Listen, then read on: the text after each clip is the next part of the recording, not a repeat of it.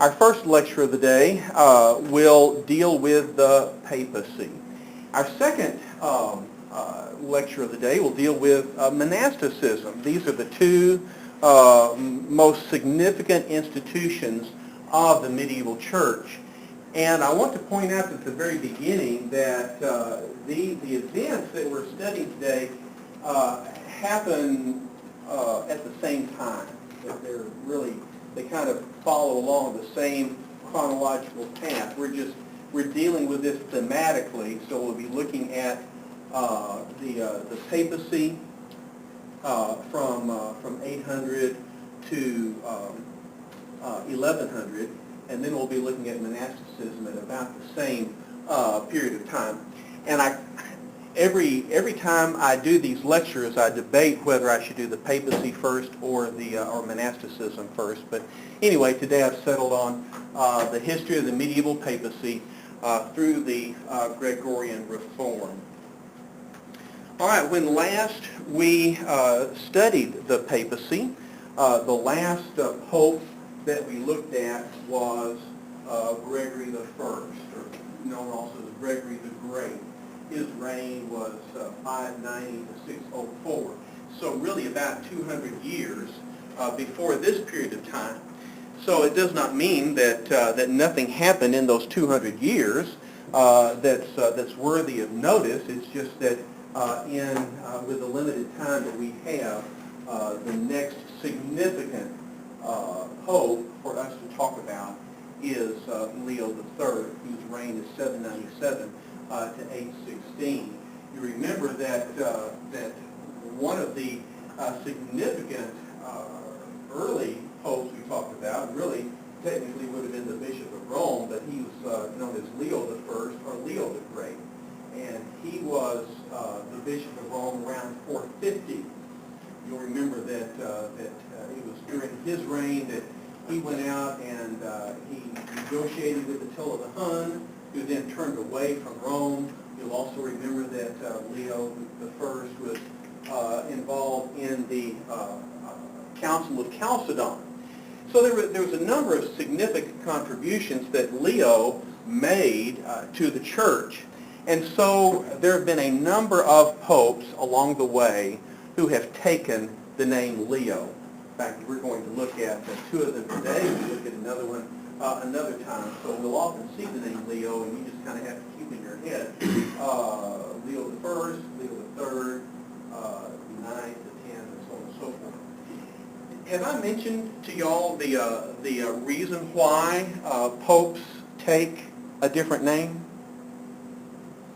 You know, recently we had the Pope from Argentina, and he took the name Francis in honor of Francis of Assisi, because Francis of Assisi had been so involved in dealing with people of poverty, and since that was one of the important emphases of the current Pope's ministry, he took on that name. There are a number of reasons why a pope takes a certain name, but this wasn't always the case.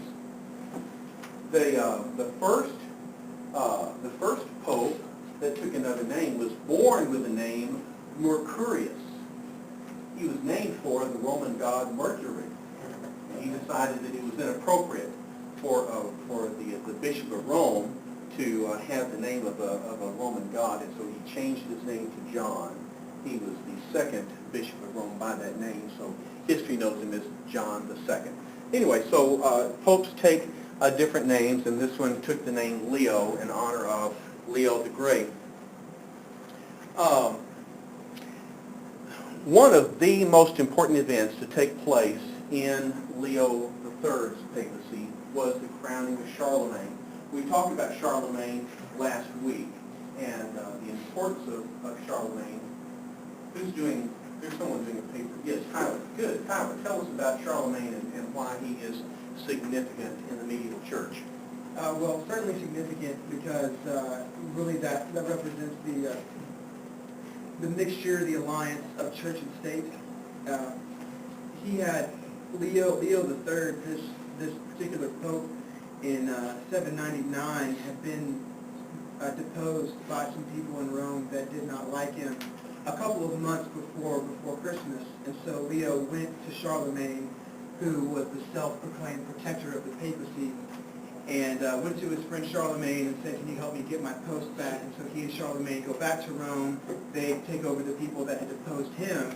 And so as sort of a favor back to Charlemagne, Charlemagne was already a very, very widely successful, great ruler of the Franks, and he already had all this territory, and so the Pope crowned him the Emperor of the Holy Roman Empire, sort of as a thank you to represent their alliance.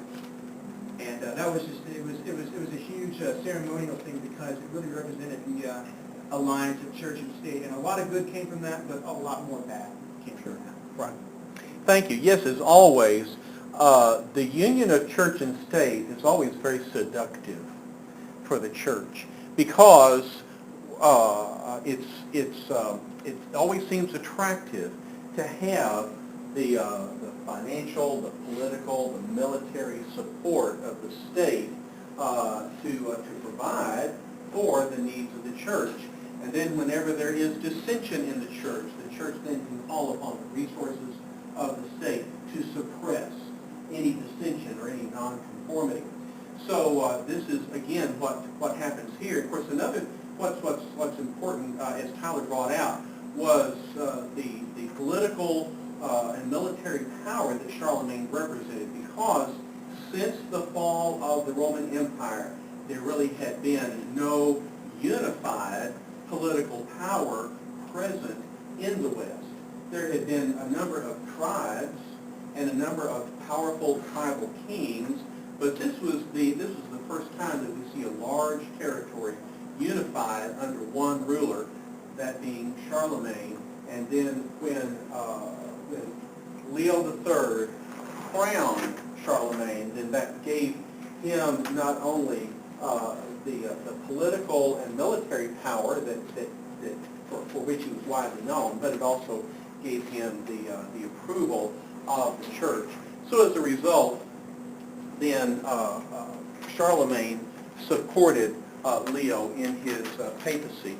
But then also he got involved in ecclesiastical matters, and he got involved in the iconoclastic controversy. You'll remember that of course this really preceded this event, but in 787 we have the Second Council of Nicaea dealing with icons.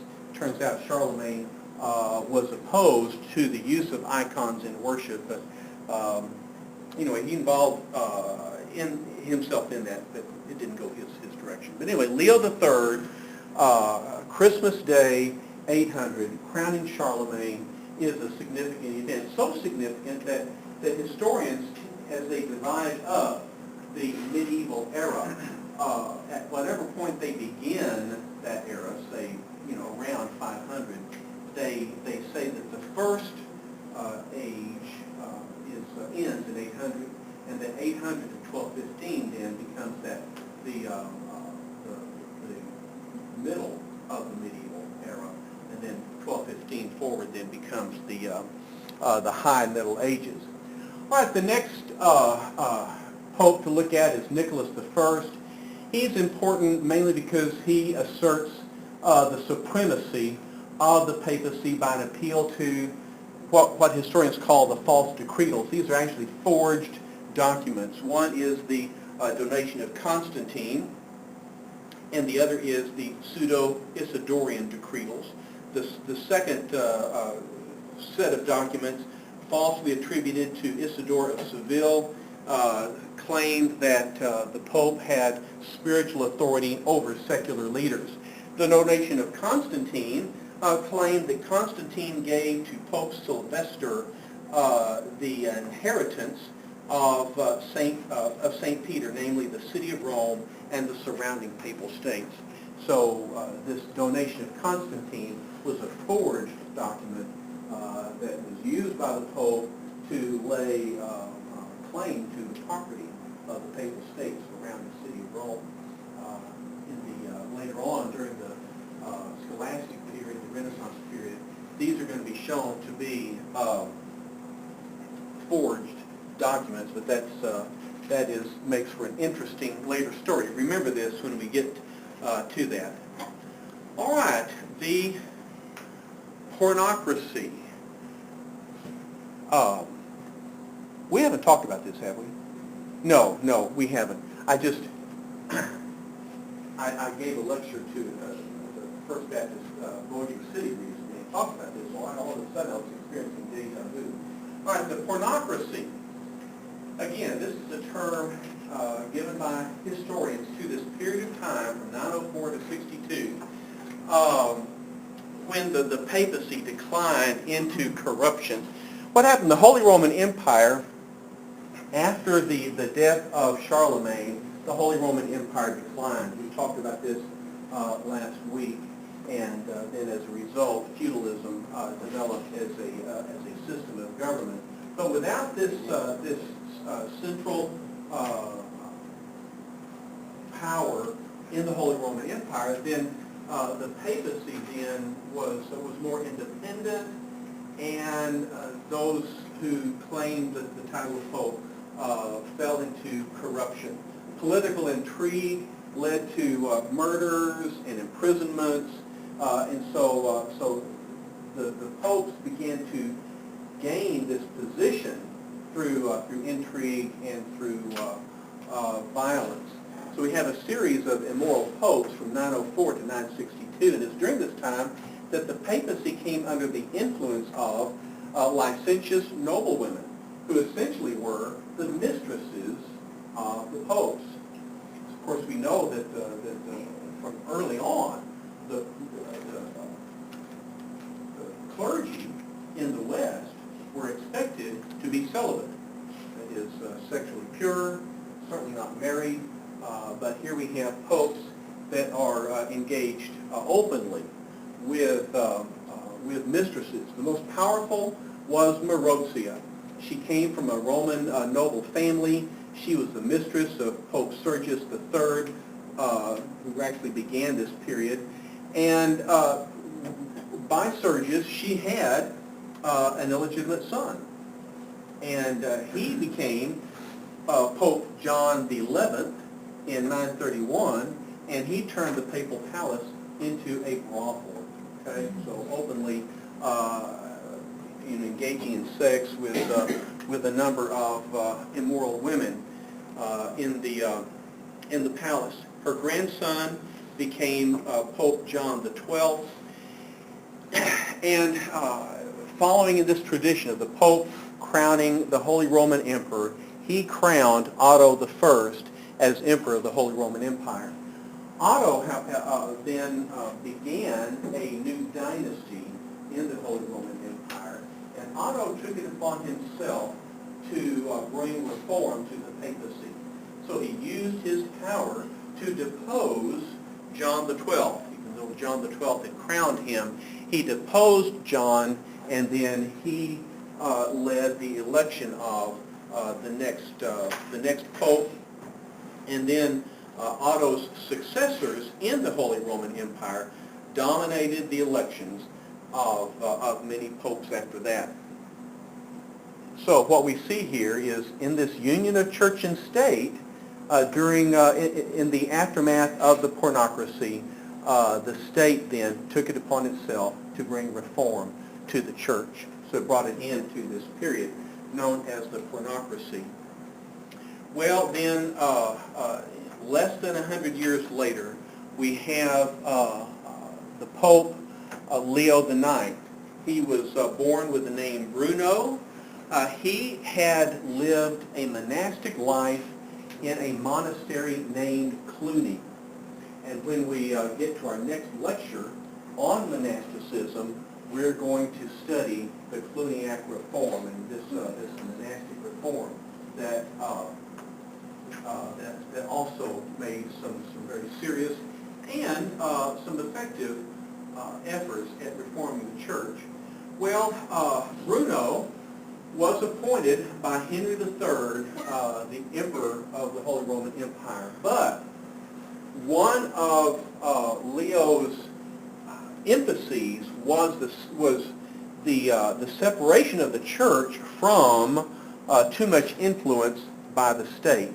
And so Bruno did not want to accept the papacy simply because of Henry's appointment. Instead, he walked barefoot into the city of Rome, and there he was elected by the acclaim of the people. So he did accept the papacy, but not because of Henry's appointment. He was accompanied by his friends Humbert and Hildebrand, of whom we will learn later. And he began what is known as the Gregorian Reform. This reform movement is not named for Leo, but it's named for one of his successors, Gregory VII. So the reform is known as the Gregorian Reform, but it was begun by Leo. One of his desires was to eliminate simony. All right, this is an unusual term, simony. If you have read in your assignments from your textbook, you should know what this word means. Can someone tell us what simony means?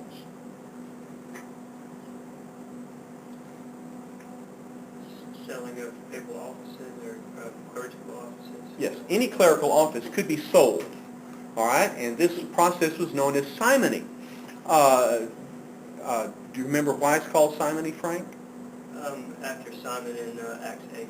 That's right. Simon said, when he was in Samaria, and when Peter came, was laying on hands and administering the Holy Spirit, he said, I will pay silver for that power. And of course, then Peter rebuked him for that. But that is the name that's been given to this practice of buying clerical positions, whether it's the priesthood, the bishopric, or the papacy. Now, why would anyone buy a clerical position? It's like a job. It pays good money, all right? Especially if you're the bishop, and even more so if you're the pope. You are the ecclesiastical ruler of a large territory. And the people in that territory are paying their tithes to the church, which ultimately goes to the bishop of that region. Well, the bishop then could be in charge of a great amount of wealth, supposedly to distribute it to those in need, and also to pay the salaries of the priests and meet the needs of the parish churches. But what happens to a human being who has a great deal of wealth coming to him and not much supervision? All right, we're in Louisiana. We should understand this. Okay. All right. It happened very often that this person would become corrupt and would misuse that money for his own personal gain. All right. So someone would be willing to pay money for this position. In our terms, this is so foreign because this would not happen. But for example, if First Baptist Church of a large city became open, if the pulpit became open, that church could pay a pretty handsome salary. Okay, sometimes churches do. None of us may experience that, but some of these churches pay good salaries. And so someone might go to the pulpit committee and say, I'll pay $50,000 for an opportunity to take this pulpit and make, 6 figures a year. Okay? Now, seriously, that doesn't happen. That doesn't happen. But it would be like that. It was like that in this period of time, okay, where people would pay money for the opportunity to take on a position. Well, Leo was adamantly opposed to this because he recognized that these bishops who were paying money for their positions did not have the spiritual welfare of their people in mind. And so it was his desire to reform, and so he tried to put an end to the practice of simony. That was another reason why he would not receive his position from Henry III, because he didn't want to support that practice. Well, it was during the reign of Leo IX that the church experienced the East-West schism. All right, one of the things that triggered this divide between the East and the West was the conflict over territory. From the Eastern Church, the brothers Cyril and Methodius went on a mission to the Slavic peoples, and later on they actually converted the Russians in Kiev. Moscow became the third Rome after Constantinople, and so they were making a move in the East. Well, from the West, the Benedictine missionaries were also moving in the same area. So there's conflict over who would gain the allegiance of this Slavic region. Well, there are also some other cultural differences between the East and the West, and this is one thing that I really want us to come to understand as we think about the division between the Eastern Church and the Western Church. First of all, in the West, the culture was German. They had been influenced by the movement of the Germanic tribes. The language in the West was Latin. In the East, the culture still was dominated by their Hellenistic background, and their language was Greek. So you have two different languages. Church government was different. In the West, we have the papal monarchy. We've talked about the development of the centrality of Rome in the Western Church. But in the Eastern Church, they still had councils. They had a number of bishops that were involved in decision-making process. Do you remember the four main archbishoprics established early on? Okay, all right. We have Rome. We have Antioch and Alexandria. Originally, it was Jerusalem, but then that was replaced by Constantinople. All right. So in the West, all we have is Rome, but in the East, we still have Antioch, Alexandria, and Constantinople. So in the East, we have these the government by the collection of bishops, whereas in the West, we just have the leadership by the Roman bishop. So in the East, they accept only the first 7 ecumenical councils.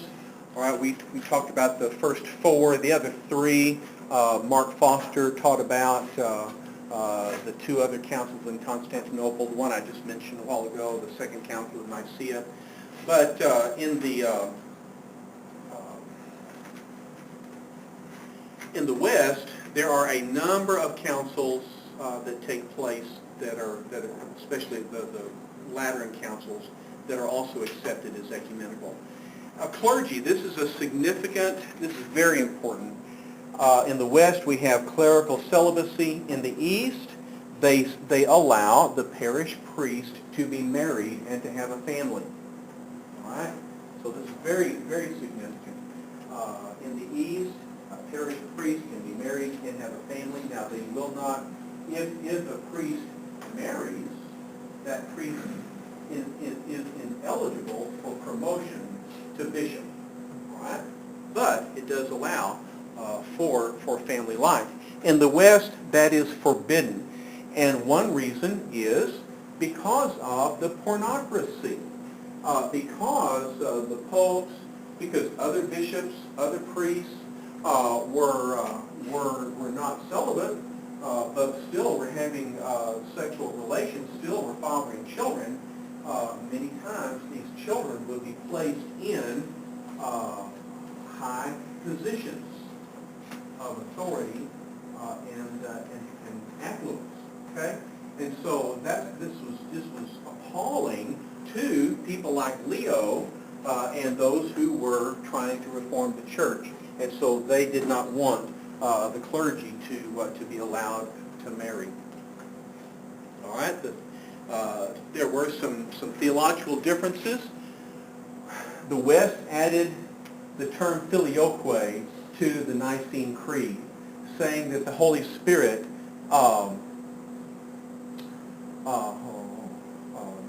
the Holy Spirit was sent from the Father and from the Son. The original creed that was formulated at the Council of Constantinople said that the Holy Spirit proceeded from the Father. In the West, because they came late to the controversy about Arianism, they wanted to elevate the Son, and so they said that the Holy Spirit proceeded from the Father and from the Son. Well, not only did the theology offend the Eastern Church, but it was offensive to them that the West added this phrase to this creed without consulting the Eastern Church. Okay? So they perceived this as being very one-sided by the Western Church, particularly the Pope. So there was a controversy over the filioque clause. So in the West, they just kind of avoided the controversy by emphasizing the Apostles' Creed. Here's another significant difference. Baptism in the West became sprinkling. Sprinkling became the mode by which the candidates were baptized. In the East, they continued with immersion. It was triple immersion. How many of y'all have seen the movie My Big Fat Greek Wedding? Okay, all right. Funny movie. Chick flick, but still it's even guys can enjoy it. All right, My Big Fat Greek Wedding, you'll remember that the daughter of this Greek family fell in love with I forgot what the word is, but anyway, he was not a Greek. And but he was so conciliatory, he agreed to be baptized in the Greek Orthodox Church, and we actually see him being baptized head forward 3 times, in the name of the Father, in the name of the Son, in the name of the Holy Spirit. All right, this has really been the practice from the very beginning. So the Greeks changed very little, but in the West they changed quite a bit when they began to sprinkle. All right, the Lord's Supper in the West, they would give only the bread to the laity. In the East, they would give both the bread and the cup. The reason for this? The doctrine of transubstantiation. The idea that the bread and the wine literally transubstantiated into the body and the blood of Christ. In the West, they were concerned that if they gave the cup to the laity, that a drop of the wine might be spilt and that would waste the blood of Christ. All right, so they only gave the bread, whereas in the East, they gave the bread and the cup. Eric, were you wanting to ask a question? Okay, no problem. I just wasn't sure. All right, we talked about this when we talked about the Second Council of Nicaea, the deal about the icons. In the East, they only allowed the use of the 2-dimensional icons. I believe that Mark brought some of my icons up here for you to look at. So you kind of get this very 2-dimensional flat appearance in the icons. But in the West, they allowed statues as well as icons. So I went through all of these slides just to kind of give you a feel of the differences between the East and the West, because there wasn't any one thing that led to this schism, but of course the schism was sparked by a singular event. And that was when Leo of Ohrid, who was the Archbishop of Bulgaria, which was in this region where the missionaries were conflicting over territory, accused the West of heresy, partly because of requiring clerical celibacy. So Leo, again an advocate of the Cluny Reform, which we'll talk about, sent his friend Cardinal Humbert as his ambassador. Now we remember, just mentioned that when Bruno or Leo IX, walked barefoot into Rome, he was accompanied by two friends, Humbert and Hildebrand. So Humbert was his friend. He sent Humbert as the cardinal, as his ambassador to Constantinople. Well, Humbert was not diplomatic. All right, he was not there to negotiate. He was there to force the will of Leo on the Eastern Church. When the Archbishop of Constantinople would not respond favorably, Humbert took a papal bull of excommunication, walked into the cathedral Hagia Sophia, placed that on the altar, and turned and left. Well, one of the deacons knew what was going on, and so he grabbed that document off the altar and ran after Humbert, imploring him to take it back. Well, Humbert just kept on going, and so the story goes that the deacon just tossed the bull of excommunication onto the street. But nonetheless, the damage was done. That they had essentially, the East had already excommunicated the West. Now the West excommunicated the East. Of course, again, I've already described the problem with the division over clerical celibacy, and the West was not going to allow it, and the East was not going to. The West was not going to allow marriage, and the East was not going to give it up. All right, so Humbert was a crusader, and he decried married clergy, and so the Patriarchal Bishop of Constantinople, celebrating the Mass, he laid a sentence of anathema on the altar of St. Sophia. Well, Leo died only a month later, and so historians really question whether Leo actually wrote this papal bull, or whether it was something that Humbert had composed under his own authority. But we'll never know, because Leo died only a month later. But nonetheless, we have this division between the churches, and the hope for reunion of West and East was one of the motivations behind Pope Urban II's willingness to send the Crusaders to the East. He was hoping that if the West came to the rescue of the East, that one of the results might be reunification of the church. All right. Now, any questions about the schism? Far-reaching implications. The division stands to this day. The next major pope to talk about is Gregory VII. And he is Leo's other friend, Hildebrand. And he became Pope Gregory VII, and he's the one who has given his name to what historians call the Gregorian Reform. All right, the goal of this reform was to free the clergy from secular control. Last week we talked about feudalism and the feudal church, and this idea where the land comes from the nobles and is given to their vassals. But many times the nobles give their land to the church, whether it's to the bishops for the building of the cathedral, or whether it's to the building of monasteries that are headed by abbots for the men or abbesses for the women. But nonetheless, we do have these nobles giving the land. And so then if they give that land, they have expectations. Okay? They have expectations of their vassals for payment from the income from that land, whether it's agriculture or whether it's livestock. They also expect armies, and so we have armies being maintained on church property. And so the goal of these popes is to free the clergy from control by these secular lords.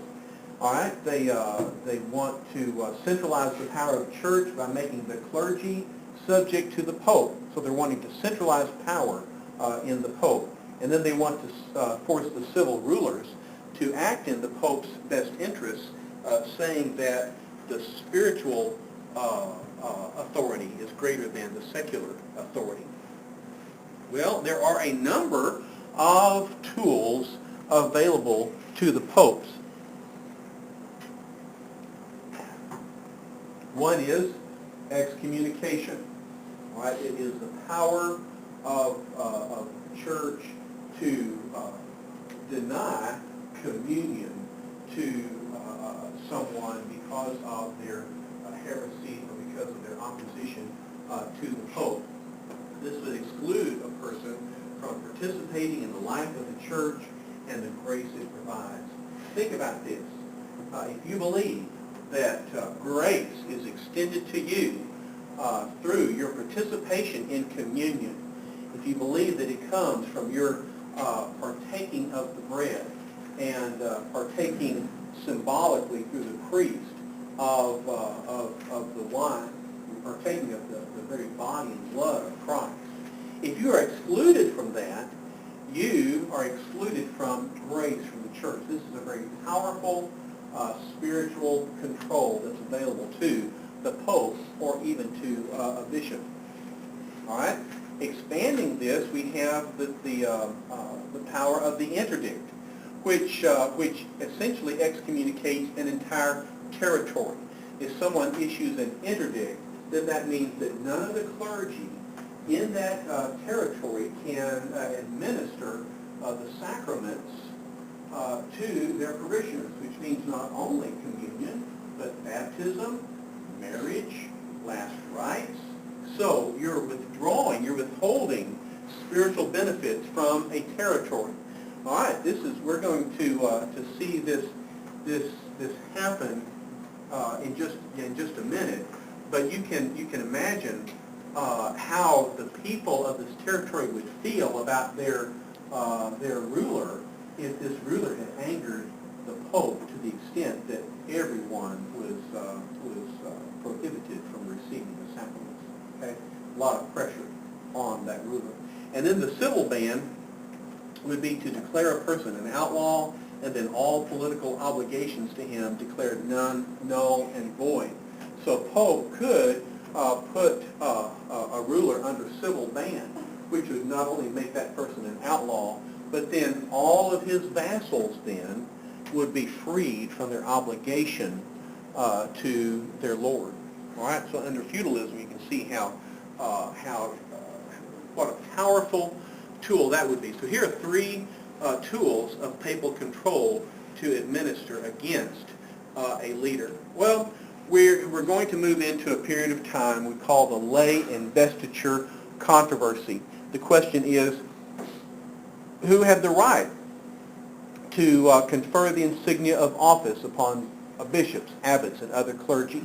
All right, a layman, a noble, felt like he had the right to invest in the clergy that rules over the land that he gives. All right, so that is lay investiture.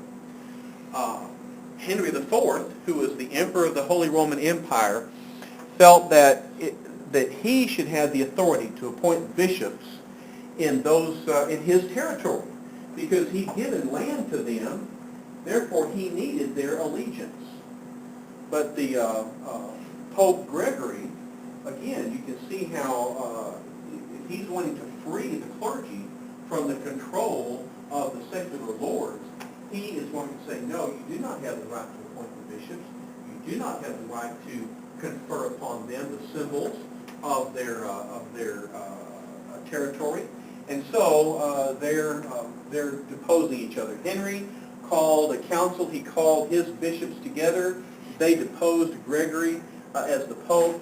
Gregory then excommunicated Henry. So we had this major conflict between church and state.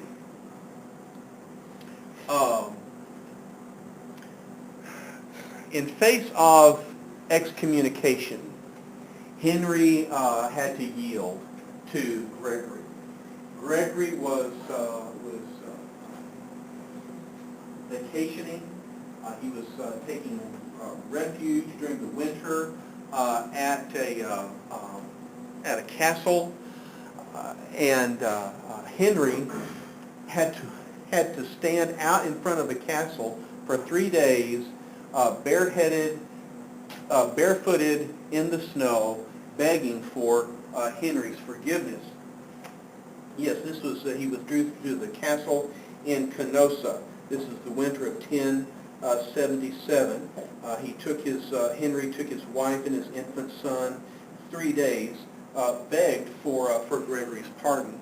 Well, also staying in the castle was Hugo, who was the abbot of Cluny.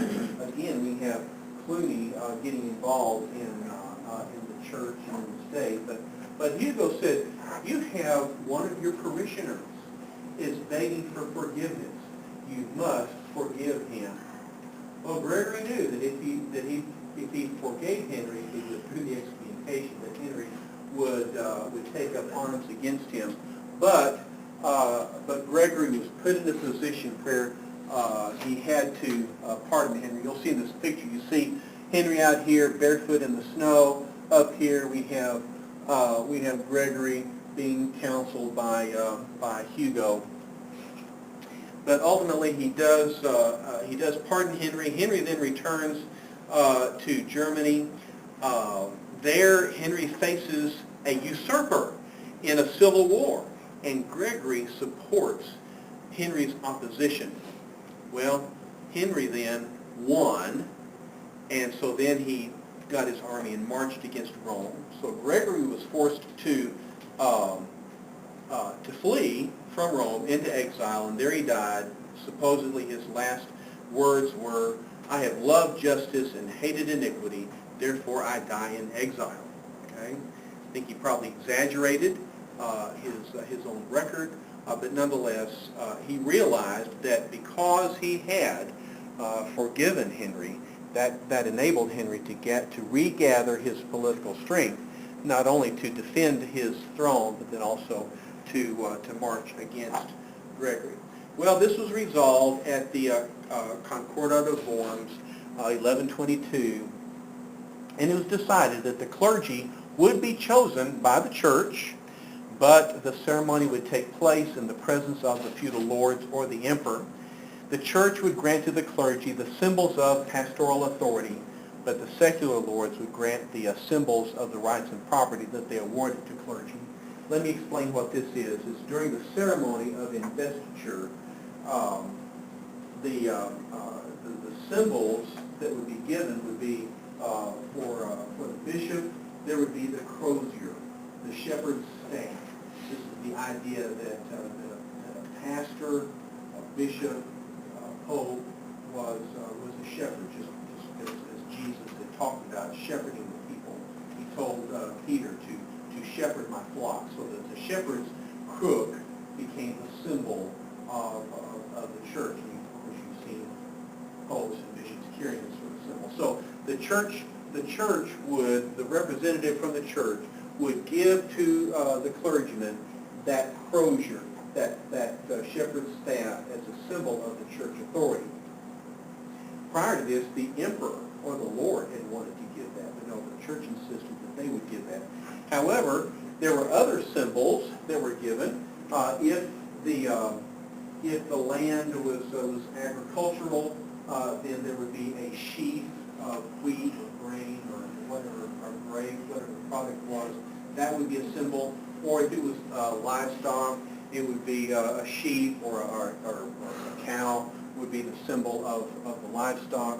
So the secular lords would give those symbols to the clergy in those lands that they had donated. Does that make sense? Okay. You can see the conflict there, that the secular lords wanted to grant even the church authority to those in their positions, but the church insisted that they would do that, but they still let the secular lords give the symbols of the property. All right, this is so different from the way we live out church, but it's important because we need to understand the relationship of church and state during this period, because it opens up and explains the corruption that the church was facing during this time.